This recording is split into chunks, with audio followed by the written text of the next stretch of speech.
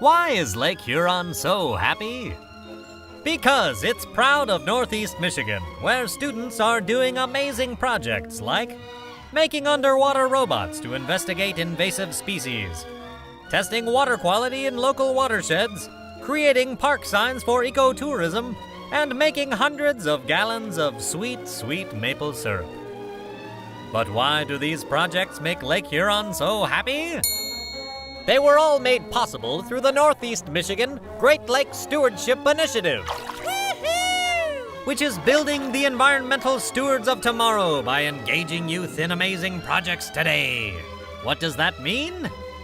The initiative helps schools work with community partners to identify projects and make those projects a reality, building student pride, community pride, and helping preserve the Great Lakes at the same time, which makes Lake Huron very proud. So proud that it wants you to meet some of these amazing people.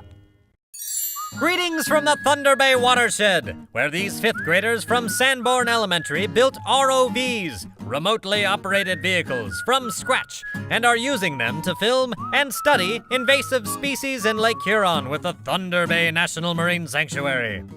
These little zebra and quagga mussels have impacted Lake Huron in big ways by harming lake ecology and covering historical shipwrecks, and Sanborn students are studying the problem. We're a community partner at Thunder Bay National Marine Sanctuary, so we help them build their ROVs. We took them out in the field so they could actually investigate some shipwrecks. It's really great to see a 5th grade class be able to build a robot, take it out into their local watershed, and check out underwater what's going on and report back to the community. Whoa! Have you found the wreck? What's it? I think we just... I think you may have found something. There are days when you're pulling your hair out, but then when you go back and you reflect, you look at, wow, look what we did. They were making airboats. You know what I mean? They were making sailboats at the beginning of the year.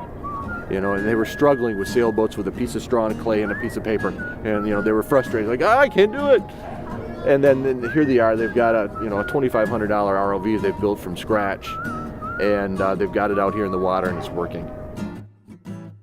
Greetings from the Trout River, where Rogers City Middle School students are testing the health of their watershed. Well, our class is doing water quality of the Trout River.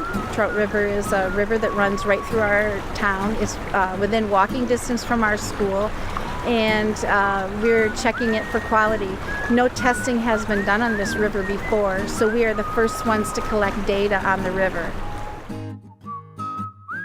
But it's the whole learning process of the kids learning what they're doing, learning how to collect data, how to organize data, how to analyze data, how to write up the reports. And then the data is important to put in my office so we have information on the Trout River. Greetings from Negwagon State Park, an 8-mile stretch of undisturbed shoreline, where Alcona High School students spent 3 years developing interpretive signs to improve visitor experiences and encourage coastal ecotourism. Brian Matchett came to me with an idea that we get the students in Alcona schools involved with Negwagon, which is a very unique state park in northeastern Michigan. The stewardship program through Sea Grant provided us with the opportunity, so some seed money, to start talking about potential projects that we could have with the school system. I mean, this is cooperation between communities, school districts, everything. It's really a wonderful thing to see in northeastern Michigan. That's the great thing about place-based education, is that it involves the community, so that our kids get an opportunity to go out of the classroom, so they're not just reading about things in the books. Brian Matchett's kids learned about soils, soil profiles, they learned how dunes and swales were developed, they learned about coastal water life, they learned about plants and forest animals, they learned about forest succession. They learned a vast amount of information, all of it that is in their environmental science textbook. And they would not have walked away with half of that information if Brian had taught it out of the textbook.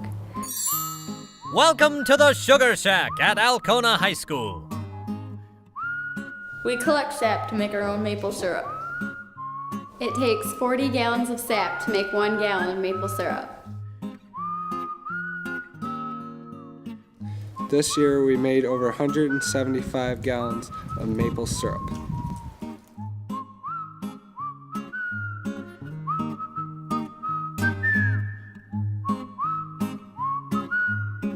This Sugar Shack project, from a community standpoint, the last 3 years now we've had our syrup celebration day, and having 500 to 600 people out here to celebrate and share what the kids are doing at the Sugar Shack really is a rewarding experience, because it's the perfect example of the community blended with education, blended with the students' pride in what they've done and what they've accomplished, and we have a great product that tastes good as a result. How can you become part of this network? For educators, the opportunities are endless, and it really doesn't matter at what grade level or what content an educator is teaching. There's opportunities for any educator to become involved in this initiative. We are getting students career and college ready in a better way than any others that are out there. And there's virtually no cost to the schools, because the Great Lakes Stewardship Initiative is out there to help support this, along with support from the community. It doesn't place an additional burden, for the most part, on the schools, other than the teachers' willingness to take that first step and join us. If we can all pool our resources to help these kids with their projects, it also helps us as community partners working together. So we're all working as one in this community to really get people excited about caring for our local resources. You too can join this group of dedicated people who are working together to make great things happen. And together we can make all the Great Lakes proud.